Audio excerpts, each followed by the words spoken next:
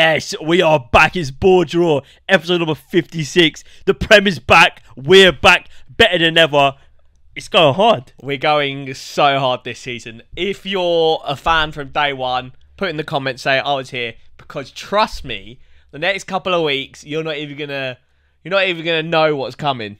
Content wise, it's gonna blow your mind. Yeah, so. we are about to release the biggest video that has ever hit this channel, maybe ever hit the internet. Who knows? Could be. But today we are focusing on the return of the Premier League, and it's back, and it's glorious, and Barclays it's better is than ever. back.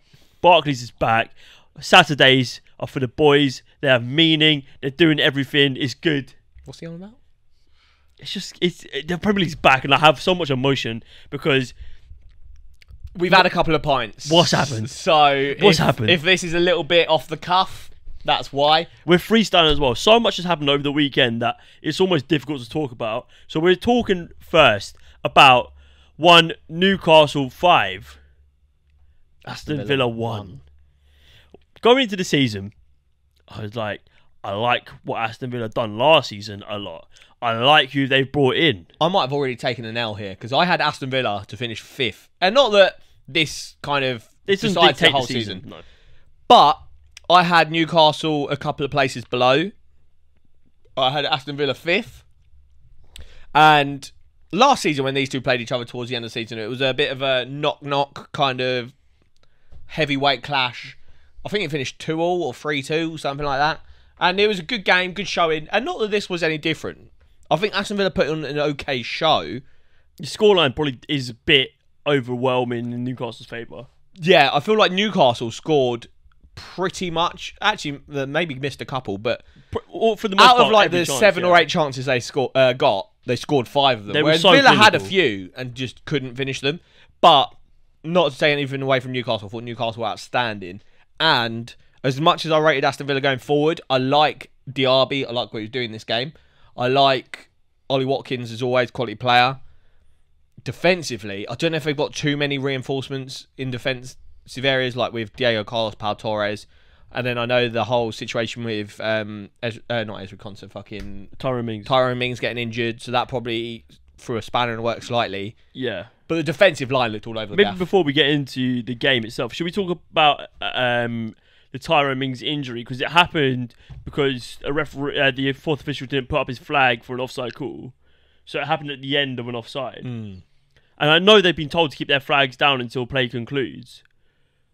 But we've just witnessed firsthand why a lot of players and a lot of managers are now turning on this rule and saying, you're putting our players in unnecessary danger. If a player's offside to start with, they've already got an advantage. So your player is going to be putting in double the effort to try and get back. Yeah. They might make a stupid lunge. They might do the hamstring. And it looked from the footage that Tyrone Mings had it looked very...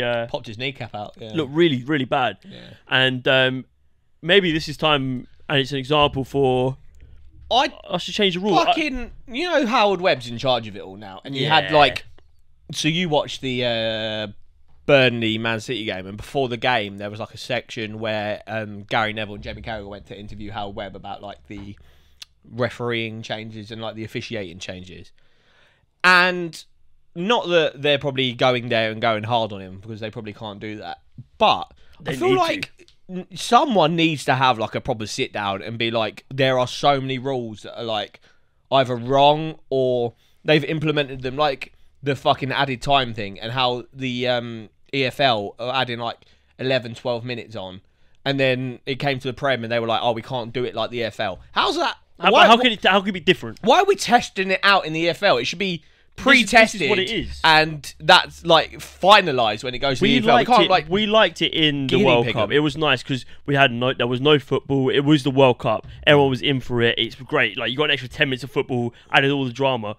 But when you get that week in, week out, I think Kevin De Bruyne was saying, we're going to end up playing an extra 90 minutes over the course of like 9, 10, 11 games. So you're playing 4 extra games a season almost. It's really like, and that, when it gets to that level where you're playing at the highest level, it's not, you can't do that. And there's an argument to be made that it is less beneficial for the lower like teams in the division. 100%. So teams like Luton, teams like Sheffield United, teams like Burnley, they don't have the squad depth that a Man City do. They can't afford to bring on a £50 million player off the bench. Yeah, their bench isn't 200 million like Man Exactly. City's, yeah. So no matter, you can give them the same amount of substitutions, but all you're doing is widening an already wide gap. Yeah, 100%. The only positive is it probably brings up academy prospects quicker, but even still, it's but then even still, like Man City have and I use Man City as an example, but it's not just Man City. Man City, Chelsea, even Arsenal, Man United, Liverpool, Tottenham. They've got the first dibs on all the academy prospects. Well, you've seen Chelsea don't need Lavia, but they've just signed Lavia. Just signed Lavia for what, 60 million. So it's one of those where it is tapped. But let's talk about the game. So 5-1 Newcastle. Starting off, first 5 minutes, we had goals from 2 debutants. So my boy, Sandro Tonali, I saw a lot of people on the timeline come in and say, 50 million from AC Milan. He isn't that guy. I saw him was in big pair with Tielemans and... Well, everyone was like, he's a Pirlo, but not really Pirlo. And it's like, if you watch a little bit of Serie A, you know he's not that guy. He's closer to Gattuso than Pirlo. 100%. He's a bit more aggressive, a bit less technically kind of sexy. But what I saw in the first kind of 10, 20 minutes of this game is what he'll do for Newcastle. Whereas like Bruno Guimaraes kind of holds the ball and kind of takes the ball up the pitch, what Tonali was doing is quick. It's hold it for a second and pass it up. Hold it for a second, pass it up. And so like when you start that sort of, you make that decision so deep within the pitch, it causes a whole shift in the defensive structure of the other team. He will turn and instantly he's got 2 players open to him, and then the opposing team is split. So do we play to this side or the other side? Yeah. And so it's to have that sort of vision early on. We're saying he's not technically the best. He's still technically excellent. Yeah. Really proficient technically. But he's now enabling Bruno Guimaraes to do so much more than he was able to do last season. And we know just how good Bruno Guimaraes is. And then, like we saw with Tonali, first few minutes, he's in the box, scores a goal. And then a couple of minutes after that, he missed quite a good chance where he broke into the box as well. So he's not only doing the deep line work, him and Bruno will, if Newcastle, what they do is they kind of pressure the opposing team so heavily. And maybe that'll expire when, I don't know, down the season where they're playing back-to-back Champions League, then Prem. Maybe the pressure won't be there. But right now, when everyone's fresh, they can overwhelm teams with their pressure. And Bruno and Tonali will get in the box and score a nice amount of goals, I think, this season. Yeah, no, I agree. I think Newcastle as a team, maybe if you had to pick one word to define them, it's probably solid. There is hungry. I'd call them. There's a lack of weakness throughout the team. There is not a single area where you go, that's a weak spot. No. Whereas maybe even for like a team like Arsenal, you could be like, oh yeah, left back, that's a weak spot, or something like that. Could probably say that about Newcastle. You probably could, but they're competing on 2 different fronts, or are they? They're not. These are questions that must be asked. But yeah, for me, the star of the show was one Alexander Isak.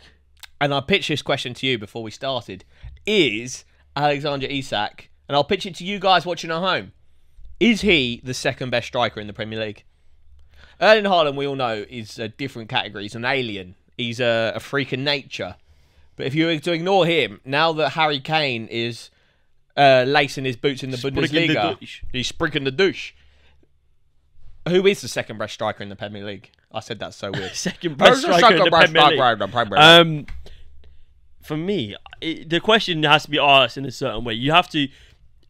For you, it's harder because you have a bias to Arsenal. And I think I'd still pick up Isak. And you know what you need in your team. You know what I've got a bias towards?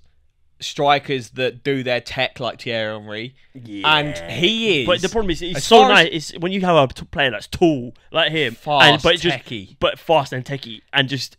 Genuinely, since Thierry Henry, I haven't seen many strikers that do that kind of thing since Thierry Henry. And he's just very reminiscent, like drifts over to the left-hand side. Like you said, tall, powerful, but got disgusting tech. And then in the box, the 2 finishes he did on the weekend, outrageous. The one where he got it and dinked it over Martinez, that's Thierry Henry to a teammate. And, it turns me on a little bit. Yeah, I was going to say, the only other way you can sort of merit is he the second best is if you take other Premier League strikers and match them one for one. So would you rather have for Arsenal? Would you rather have him or would you rather have Callum Wilson?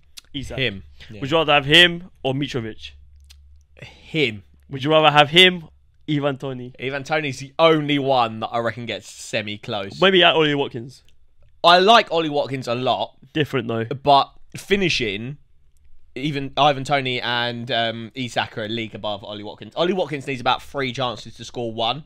If you gave either of them 2 3 chances, they'd score 3 or 2. Yeah, and then but you look at like other potential top 6 sides in Chelsea, Man United, lacking a striker. I know Nicholas Jackson had a semi-decent. Yeah, most teams have got kind of unproven strikers. Nicholas Jackson, Højlund, Darwin Núñez. Yeah, there's a lot of unproven strikers. It's hard, isn't it? And not a lot of bagsmen. Yeah, and it'd be interesting because we know ISAK came in and instantly was sort of injured for a long period of time. It'd be interesting to see how well he finishes. And he came with a price tag, 65 million. It wasn't cheap. He should be doing. But bits. he was like even from his days early on when he went to Borussia Dortmund as a youngster. I think he was like 16. Real Sociedad. He was good, and everyone knew it. He was very highly rated, and there's a reason. Like people aren't highly rated for no reason. Another highly rated signing that Newcastle got was Harvey Barnes. It's Harvey Barnes. Ooh. Big fan of Harvey Barnes, and I think he's the kind of reinforcements that a club like Newcastle need now that they're, like we were saying, competing on multiple fronts. Because it's all well and good bringing up the academy prospects like Elliot Anderson, Sean Longstaff, etc. And they probably will come good when they mature a bit more. But you're buying a finished product. You need to start buying now that you're competing at the very top. You can't really bank on buying potential anymore. And that's, I think, where Chelsea have gone. But that's a discussion for another day.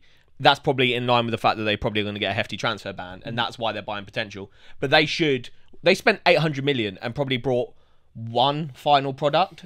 And probably, if that. Caicedo? Yeah, and he's not even a final product. I wouldn't say he's a final product. Yeah, maybe the only final product they brought is Nkunku, maybe. He had a good season last season. But so did Cucurella before him. Is Nkunku the only final product they brought? Potentially, but he's not even proven in the Prem. He's not like it's not like Declan Rice. He's not a Prem proven where player. Like Newcastle. He's not Jack Grealish. He's not a Prem proven player. Need to start buying proven Prem players, and that's why I really like the Harvey Barnes sign. Yeah, we've always been quite big fans of Harvey Barnes on this podcast. Shout out Barnesy. Just because we have fantastic taste in football players. Shout out Fana. But yeah, speaking of Fana, Harvey Barnes is a fantastic player. But yeah, he just is good. He has.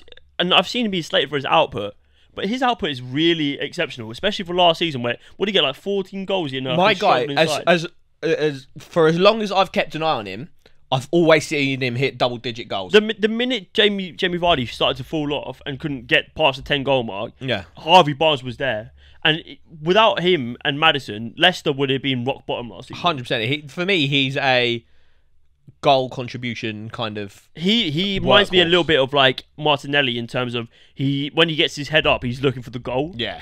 Like, and that's what he's going for, and he doesn't see himself as he puts the crosses and he gets the balls into his striker's feet, but his main focus is I'm going to look up, and if it's on, and I'm going to go for the goal. Yeah, and that's what I really like, because I think Alan St-Maximin was almost the opposite, whereas he was like, I'm going to do 6 step overs, go to the byline, I'm going to come back to the edge of the box, and he was brilliant at it. Yeah, it was wonderful to watch, but it wasn't as effective. Harvey Barnes is pure effectiveness. And that's what I think we said on the podcast a couple of weeks ago, where Newcastle, I think Eddie Howe's the kind of manager where he isn't building a team around players that are individuals. And I think Alan St-Maximin, as much as I love him, was a bit of an individual player. Like you said, will do the extra step over when he doesn't need to.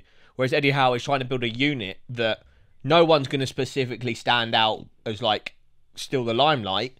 But as a unit, they're going to be so effective. They're going to score 5 goals. But everyone's going to contribute. Everyone's going to do something important. It's not one guy getting all 5. It's as a unit, they're so good. Yeah, they don't rely on one player, and that's almost to their benefit. Like you see, they took off ISAK. Callum Wilson comes on, scores. Yeah. I mean, you've got Anthony Gordon, you've got Barnes and Jacob Murphy all rotate. Almiron all rotate, all with an assist. Yeah. I mean, they have depth there now, which is great. And I think under the leadership of Eddie Howe, there may be like almost no limit to where this club can go unless they really are striving to be a dominant fixture for years to come. And I think we might get there one day, but anyhow, what a job he's doing, because I don't think not anyone would expect them to have blown away Unai Emery's Villa quite how they did after how Villa sort of ended the season was absolutely phenomenal. Let's talk about Aston Villa. Why do you think they got blown away so hard? After they had a pretty decent pre-season. I like their additions. These two played each other in pre-season. I think it was 3-2 or 3-3. Yeah, it was a close game. So why do you think this game was so different to how the game at the end of last season when they played each other and the pre-season one? You can only take so much from the first game of the season. Some teams will be much further ahead in their preparation than other teams. You don't know quite the intensity that teams have trained at. It's a long season. I think if we play this game again in maybe like 4 or 5 game weeks, then you're going to see a completely different outcome here. I like the way that Aston Villa have gone about their business. They went about it early. Proactive. And they were proactive, and which is what we said about the Jack Grealish move. When they lost Jack Grealish, they were proactive. They did it before they did their moves before that, and it's kind of like now they do their moves early as well. We liked what we saw from them a lot last season, and I don't think that's just disappeared off the back of one result. And if anything, it's made it alleviated any super expectations. I mean, they're competing in Europe as well this season. Let's not forget. Yeah. And I like their addition. I like Pau Torres a lot. I think Tielemans on a free is a fantastic bit of business as well. I think he's definitely a player. He is a player. He's not, but he's a baller. He is a baller. You see that little video where they did during pre-season where he wore the chest so sick. Tapped. I love it, man. It was like scary in how the sense, quick it is, isn't it? Yeah, like overwhelming. Yeah, I mean, it's a different level. Yeah. You got these men on podcasts saying that they could do it. He's always scoring 10 goals a season in the Premier League. Mate, you can even do us. Anyone that's a 2-person podcast, the one's the 1v1, me and Luke, or 2v2. Yeah, nah. But for me, I think I saw 2 different teams there, and St James's Park's always going to be a hard place. 2 different teams. St James's Park's going to be a hard place to go anyway on the first game of the season, especially first game back. They got Champions League this season. Yeah, probably not many harder places to go first game. Yeah, it's a fortress of a stadium, and I think Villa, to me, they look like the team that wasn't quite there.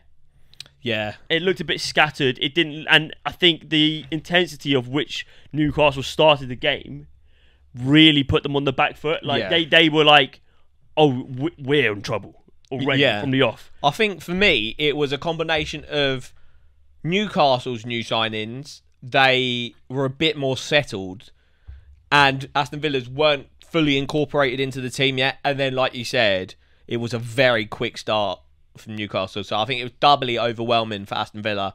And then, not that I rate Tyrone Mings massively, but they've done the whole pre-season with him as their number 1 centre-back.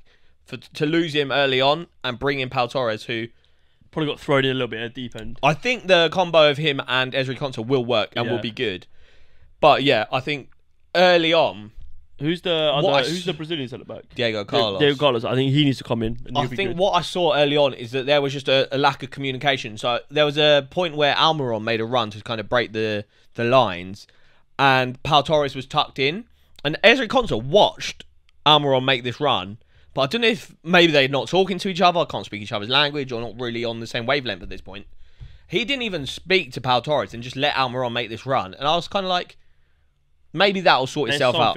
But like early on, the chemistry's not there at the moment. And I think that got picked off by Newcastle. You look at their back line, I think Pau Torres is probably the star centre-back in terms of that. Yeah. I mean, it is a bit wild that Tyrone Mings is like, I know he's like, they're borderline like vice captain or something. Yeah, he must be still, yeah. For me, their issues come, Matty Cash and Luca Digne, I don't really know how good they were. Like, did Luca Digne play, or was it Luca Digne was on. Oh. Yeah. Yeah, what happened to Alex Moreno? Maybe he's injured. I think Luca Digne's past it. I think he peaked at Everton. And his peak even fell off towards the end there. Yeah. Matty Cash, I thought he was a good sign from Forest. I like Matty Cash. I don't think he's... If you're like a top 7 Premier League team, there's probably better options out there.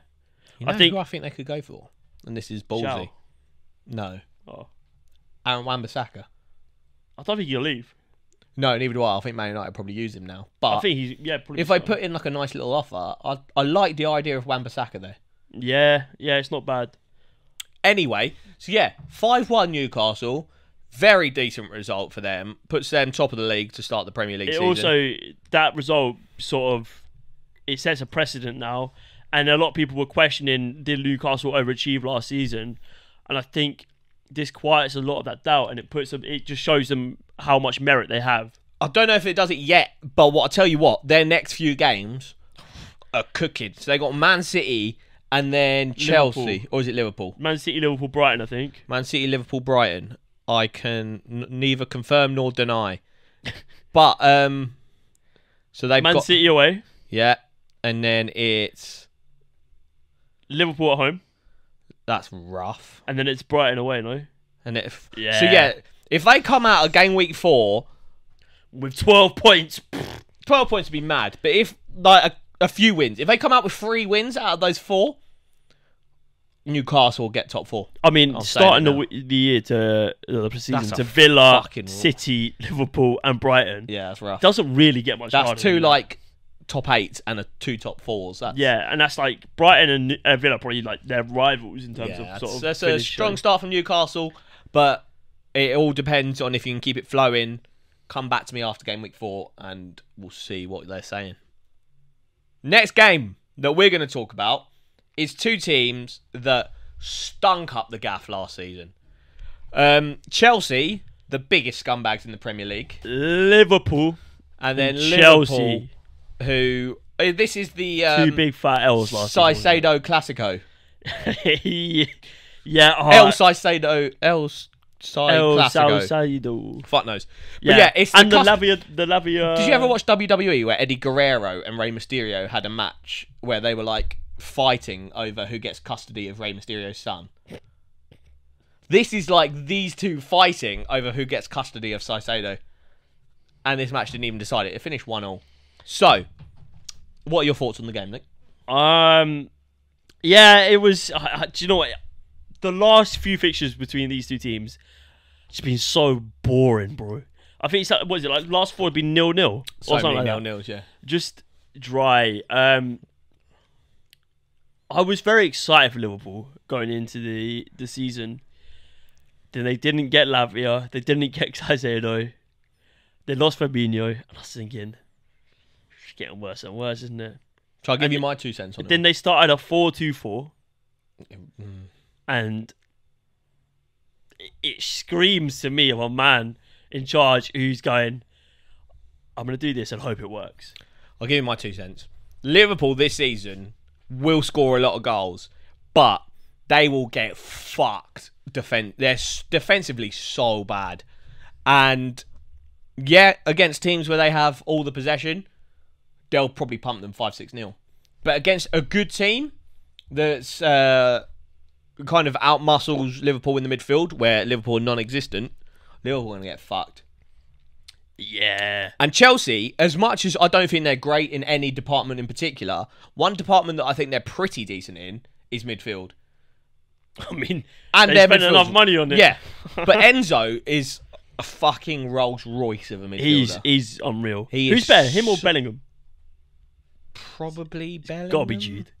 Yeah, but I it's think close. Jude is better than him. I but think Enzo is so good. Single-handedly, and I thought McAllister and Szoboszlai both had pretty good games, but Enzo, on his own, as a midfield... Gallagher, don't know what he's doing playing midfield. Like, he's not good enough to be in a top 6 team. I think he is- looked better on the Poch than he did on the Lampard He's or just such Potter.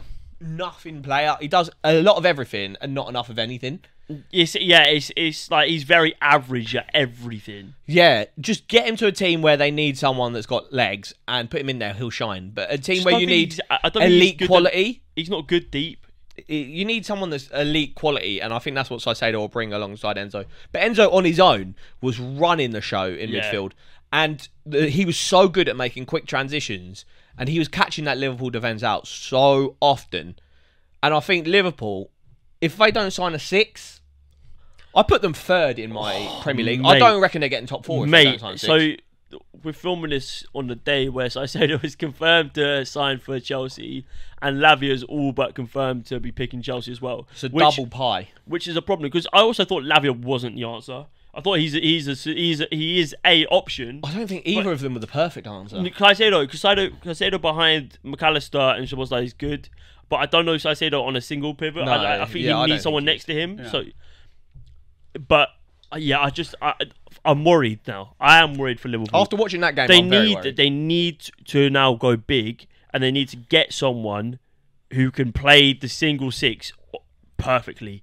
Because that is the difference between them finishing outside the top 4 and challenging for the league, in my opinion. 100%, yeah. How do you end up with? Yeah, you've got Luis Diaz, Diego Jota, Cody Gakpo, Darwin Nunez, Mohamed Salah, even like Harvey Elliott.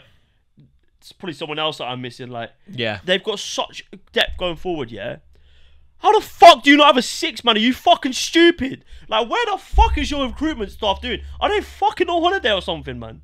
How the fuck do these people have jobs?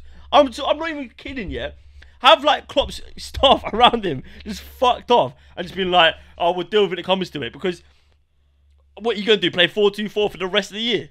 You gonna play 4-2-4 for the rest of the season? Are you playing FIFA, man? Are you fucking stupid? I'm just saying, it is ridiculous. These are not just professionals, yeah? They're the most highly paid professionals in the world. It's crazy. And you're telling me that you didn't have the foresight to think, right, well, we might lose Hendo. Oh, Fabinho said he's going to leave. Oh, maybe we just do some fucking groundwork. Yeah. Do some fucking And it's not even like they're going to leave. You saw that they both had pretty shit last season. I know, yeah, they weren't even good. At that point you need to start recruiting. But then you lost them, and it brings that whole plan forward even quicker. They tried to bring in Bejatic a little bit, but I think he's too young, a bit too raw. I liked him. I thought he was very Sergio Busquets-esque. Sort of like, obviously, no one's as good as Busquets. But yeah, it's getting a bit ridiculous now. Like, you needed to sign a midfielder, and you've signed 2 midfielders who sort of do the same thing but differently in McAllister and Szoboszlai, who I think is great additions. You need that midfielder. If the transfer window ends and you don't have that 6, you are fucked.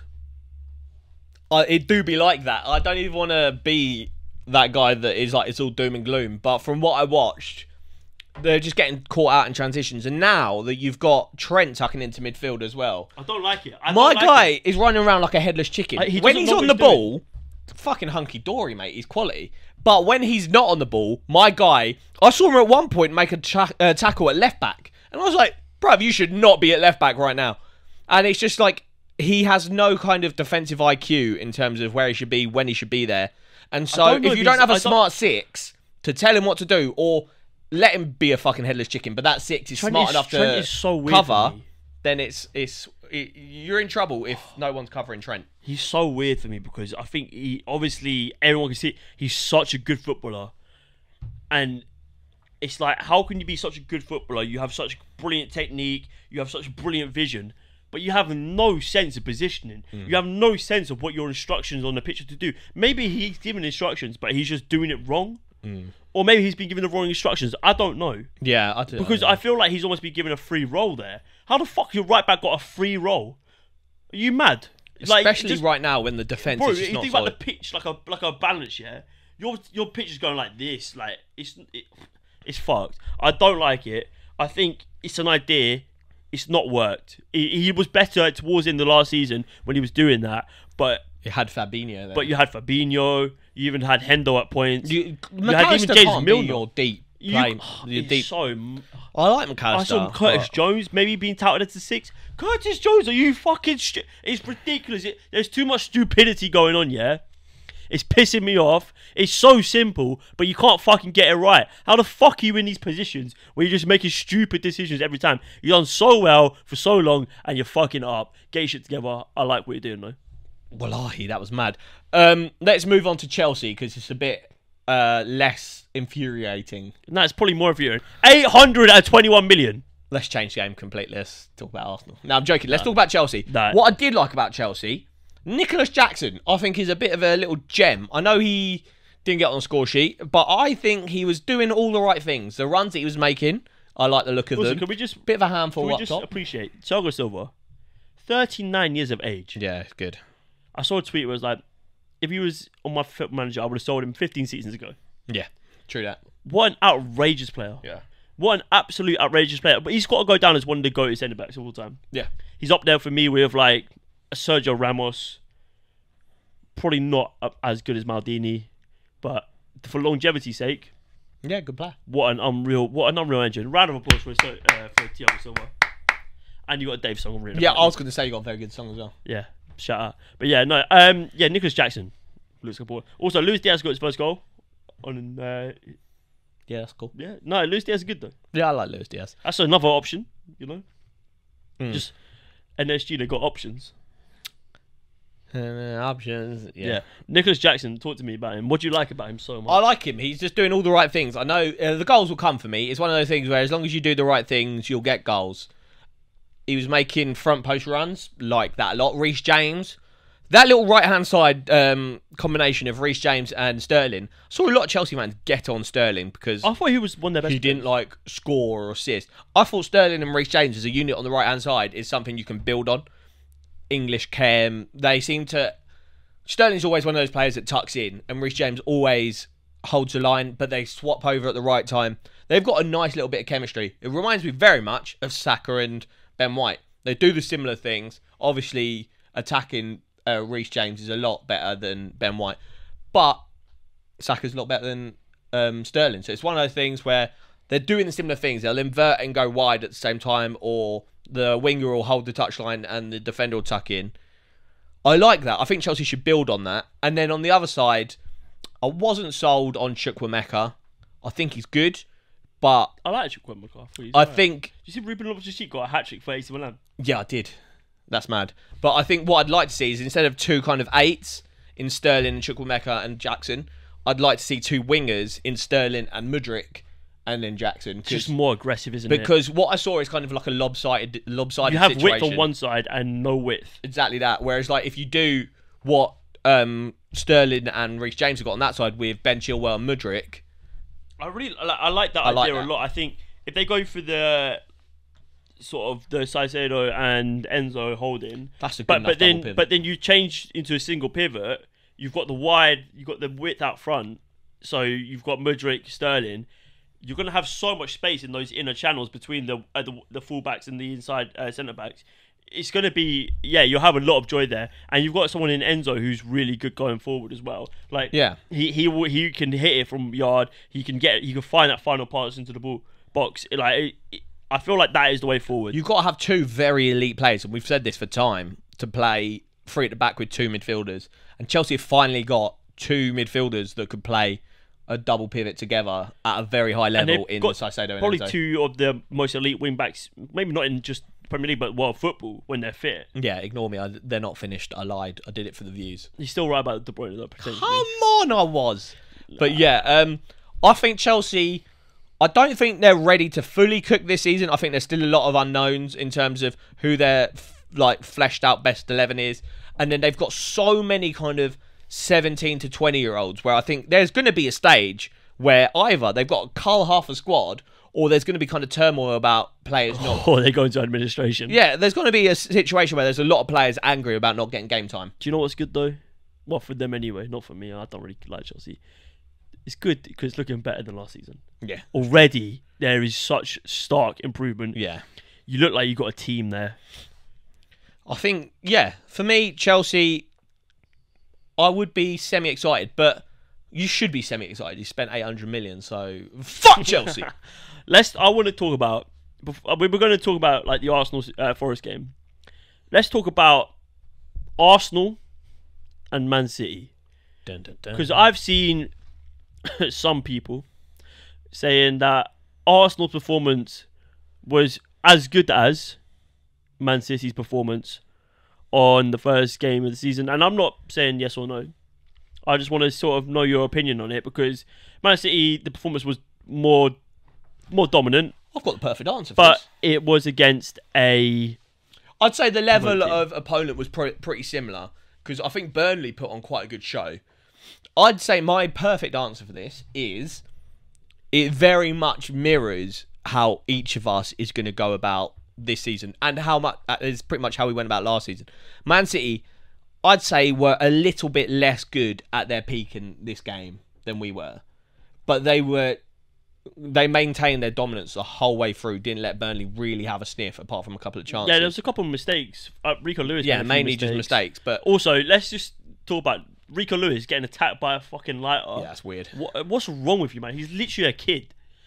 Like, the man that threw it probably has kids older than Rico Lewis. Yeah. And his kids are probably out there doing, like, mad heroin or something. And Rico Lewis is out there balling out in the Premier League. Get your shit together, man. Throwing liars like that, you little bitch. Luke's on crack Say it, for man. this episode. But yeah, so I think Man City, they hold their dominance longer in games than Arsenal have for the last couple of seasons. Arsenal, I think, at their peak this game week 1, played better football than Man City did in their peak this game. But I mean, Martinelli did bits. But our peak didn't last the whole game. It lasted about 45 minutes. thought, like, whereas Man City were good for about 70, 80. You're more flashy than Man City. The sexier team. But I think even last season, you were more flashy than Man City. You relied more on moments of individual brilliance. The Martinelli assist, the Saka goal this game, there were more moments of individual brilliance resulting in a goal. And you have a lot of those individual moments because you have such a quality forward line. Man City's is all like the Erling Haaland early header. It's just, you know that they practiced that hundreds of times on the training pitch.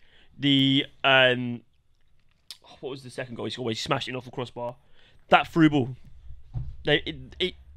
It's not like, it's sexy because we know, like, it's like a mathematician's find, like, some numerical sexy, but like it's sexy if you love football tactics. Yeah. Whereas, like, anyone would see the Martinelli little turn, the back heel, like, or the Saka cut inside. Anyone knows you never have to watch a game of football. You know that takes a lot of skill. Yeah. So it's two different levels of. I think for me, it just comes down to, like, they are more ruthless. They'll kill a game off. Whereas, like, we haven't got to that kind of ruthless stage yet where we're killing off games. It was like, well, the Pep grabbed at Haaland at half time and was like, how can you be score 2 and get a grilling from your manager? yeah, because I don't think he played the ball to Bernardo, or Bernardo shot or something when I don't know. Bernardo could have played him through. And that's but they are so ruthless, and for me, it's way too early in the season to make any sort of valid assumptions. I know we literally did our predictions last week. I already said to Roz, I was like, just off of the game week 1 alone, You bottled it. Nottingham Forest, I was so impressed. I really was, and I thought that, like, I don't think Arsenal were at like maybe even 70% of what we're going to see. To be fair, the first half we did completely play them off the pitch. Yeah, but you only went in, what? 2-0 up. Yeah. You didn't kill the game off in the first No, half. that's our prerogative. They were shit the first half. But were they shit or were you really good? Or was it a bit of both? We were like 80% possession. I think you weren't even like 65% as good as you will be this season. I don't know. I think when you get cooking, you're going to be like, it's going to be really scary. But for me, I thought they were good. I thought Taiwo Awoniyi is going to be an absolute machine this season. I think if he stays fit, you're looking at 13, 14, 15 goals this season from him. I like that. Anthony Elanga, when he came on, changed the game. I'm worried for them a little bit in the sense that they've got Awoniyi, who I think is going to be their number 1 striker. But they've got Brennan Johnson out on the right. Elanga, who I don't know if he's going to start every game. But I think he should. But what happens to Morgan Gibbs White? Because you can't put him in centre midfield. He's not. He's too. He's big enough to be like probably a box to box, but he is so good around the that sort of like the edge of the penalty box. I think you got to do what he does for England under 21. Play him as that most advanced kind of number 10. So what you have, Danilo behind him with that Mangala guy. Okay, so what you play a 4-3-3? Yeah. Yeah, I mean it'll be interesting to see how they sort of adapt to that because you've got 4 real quality forwards there. Yeah. And they almost don't work in the same system. But if he gets it to work, he could be devastating. I think it could be a top team. Top team. But yeah, that'll be. I already put my hands on my prediction. Forrest, I'm sorry. I think it'll be good. What's next, Luke? Let's talk a little bit about Brighton Luton. Brighton Luton. Sure. Talk to me about Brighton Luton. Took a little while for the game to get going, I think. No one really knew what Luton were going to throw at Brighton. Carlton Morris getting on the score sheet, but it was another sort of De Zerbi domination, goal fest. Yeah, Brighton had so many chances. They should have scored about 7 or 8. Yeah, João Pedro getting on the score sheet, which is really nice. Evan Ferguson as well. Yeah. Solly March breaking the score, and he's so good. I said Solly March is that guy. His goal was good as well. It's just really interesting. And this Adingra guy, so there's like another gem that they've unearthed that 18 years old, came in, first start, scored, and he looks like an absolute player. Baller. So it's one of those. They've already signed their Caicedo replacement. I think he's called, I can't remember his name, Carcera or something from Hold on, I got it. Liga. No. James Milner. That's the guy. Apparently young. I think they got it from Liverpool. Young unknown guy. Yeah, young unknown guy. James Milner. What guy? Yeah, I big like guy. Yeah. But yeah, no, I think Brighton, they're one of those teams where I don't think they're going to come to the heights they got last season. But Interesting. I think that's just because of the sheer amount of high quality players they lost. I don't know. I genuinely think De Zerbi might be that guy. De Zerbi do be cooking. We might forget who Jurgen Klopp is in a bit, and I just think be I've like, already forgotten who Jurgen Klopp is. because De Zerbi might be doing it. Yeah. Can you imagine? Oh, hold on. I'm just seeing the future here. Yeah. Next summer. Sorry. Next summer, we're gonna see Don Carlo leave and he's going the Los Blancos. Yeah. Jurgen Klopp he's going there. to Los Blancos. Okay. You feeling me?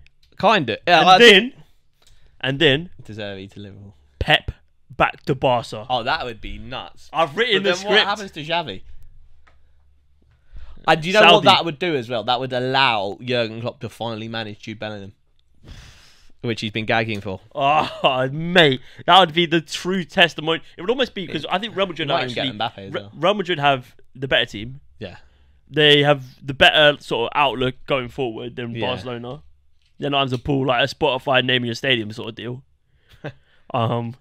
But yeah, so Jurgen will be in the driving seat in that relationship in terms of him versus Pep. Whereas Pep's always had the money. Here So comes the money. I've written the script.